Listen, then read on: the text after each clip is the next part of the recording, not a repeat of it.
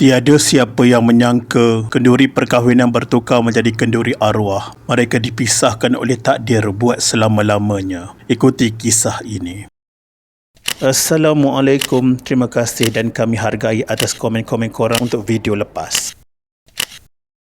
Nahas di Maran, dua beradik maut apabila selepas MPV dinaiki mereka bertembung sebuah kereta di Jalan Besar Jengka 19 petang semalam.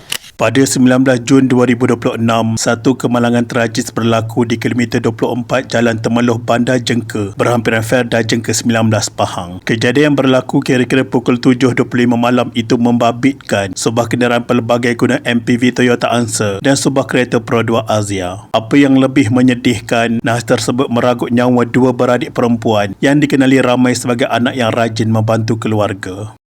Mangsa Dini Hanis Nur Azlan Effendi, 23 tahun yang sepatutnya berkahwin Jumaat ini serta adiknya Dini Nasuha maut di lokasi kejadian.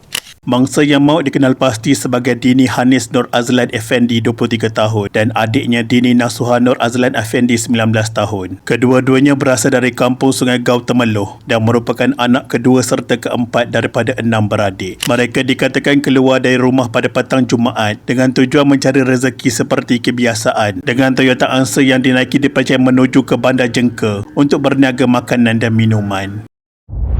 Menurut Ketua PUI Daerah Maran Superintendent Wong Kim Wai, MPV tersebut bergerak dari arah Temeloh menuju Bandar Jengka dan ketika tiba di lokasi kejadian, pemandunya dipercayai cuba memotong sebuah motosikal yang berada di hadapan. Kenderaan itu bagaimanapun memasuki laluan bertentangan secara tiba-tiba dan situasi tersebut menyebabkan pemandu Pro 2 Azia tidak sempat mengelak lalu merempuh MPV berkenaan. Kedua-dua kenderaan mengalami kerosakan teruk dan remuk pada bahagian hadapan dan Toyota Answer yang dinaiki mangsa dilaporkan terbalik akibat hantaman tersebut. Pasukan dari Balai Bomba dan Penyelamat Maran bergegas ke lokasi sejurus menerima panggilan kecemasan. Operasi menyelamat dijalankan menggunakan peralatan khas untuk mengeluarkan mangsa yang tersepit dan petugas perubatan Kementerian Kesihatan Malaysia yang berada di lokasi mengesahkan kedua-dua beradik itu meninggal dunia serta-merta akibat mengalami kecederaan parah pada badan. Pemandu Pro 2 Azia pula mengalami kecederaan serius dan diberikan rawatan awal di lokasi kejadian. Mangsa kemudian dikejarkan ke Hospital Sultan Haji Ahmad Shah Temeloh untuk rawatan lanjut dengan keadaan pemandu tersebut dilaporkan parah dan memerlukan pemantauan rapi. Mayat Dini Hanis dan Dini Nasuha dibawa ke Hospital Jengka untuk proses bedah siasat dan kes berkenaan disiasat mengikut Seksyen 41-1 Akta Pengangkutan Jalan 1987. Di Maran, seorang daripada dua beradik yang maut dalam nahas dijadual mendirikan rumah tangga Jumaat depan.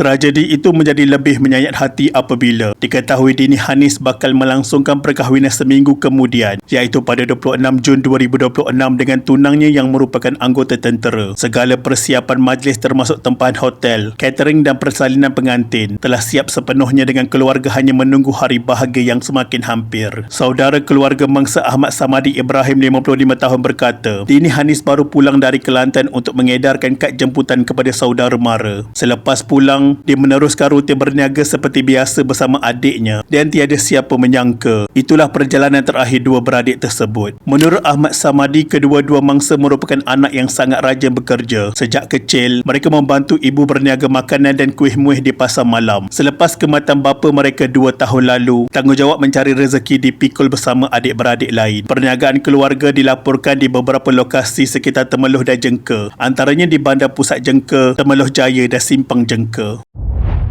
Ibu mangsa Nurul Alhana Osman, 48 tahun mengakui masih trauma kehilangan dua anak serentak. Dia berkata kedua-dua anaknya sempat melambaikan tangan berkali-kali sebelum keluar rumah. Lambaian tersebut dianggap berbeza berbanding kebiasaan yang rupa-rupanya ia menjadi perpisahan terakhir buat mereka sekeluarga. Nurul Alhana berkata dia sudah lama tidak keluar berniaga kerana masalah kesihatan dan Dini Hanis dan Dini Nasuha mengambil alih tugas membantu keluarga mencari rezeki untuk memastikan ibu mereka tidak terlalu penat bekerja.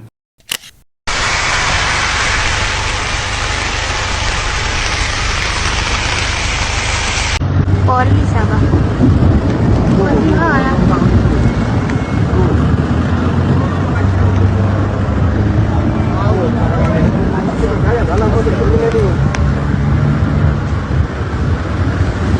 Tunang mangsa Muhammad Alif Iskandar Azhar 24 tahun berkata, mereka sudah 7 tahun mengenali antara satu sama lain. Pasangan itu bertunang 8 bulan lalu sebelum merancang berkahwin pada 26 Jun 2026. Muhammad Alif yang bertugas sebagai anggota tentera di Kuala Lumpur telah mengambil cuti untuk majlis tersebut, namun segala impian yang dibina bersama akhirnya musnah sekelip mata. Menurut Muhammad Alif, mereka memilih tema pakaian pengantin berwarna putih kerana sesuai dipadankan dengan pakaian istiadat tentera yang bakal dipakainya. Dia turut berkongsi detik terakhir bersama tunangnya beberapa hari sebelum tragedi. Sebelum dia pulang ke Kuala Lumpur, Dini Hanis dilihat merenung busana putih sambil menangis, dan pada waktu itu dia menyangka tunangnya hanya bersedih kerana berjauhan sementara waktu. Pada hari kejadian, Dini Hanis menghubungi tunangnya sebelum keluar berniaga dan arwah berpesan supaya Muhammad Ali berhati-hati ketika memandu. Pasangan tersebut sepatutnya bertemu lagi sebelum hari pernikahan, namun panggilan daripada kakaknya petang itu mengubah seluruh perjalanan hidupnya.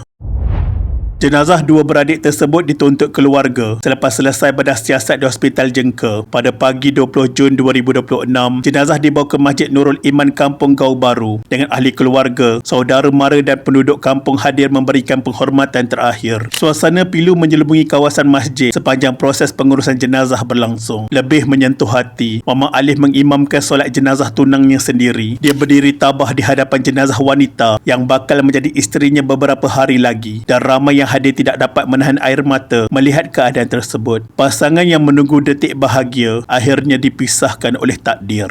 Jenazah Dini Hanis dan Dini Nasuha kemudiannya dibawa ke tanah perkuburan Islam Kampung Gau Baru. Kedua-duanya disemadikan dalam satu liang lahat kira-kira pukul 12 tengah hari. Ahli keluarga serta rakan-rakan rapat turut membantu proses pengebumian bersama doa dan bacaan talqin mengiringi pemergian dua beradik berkenaan.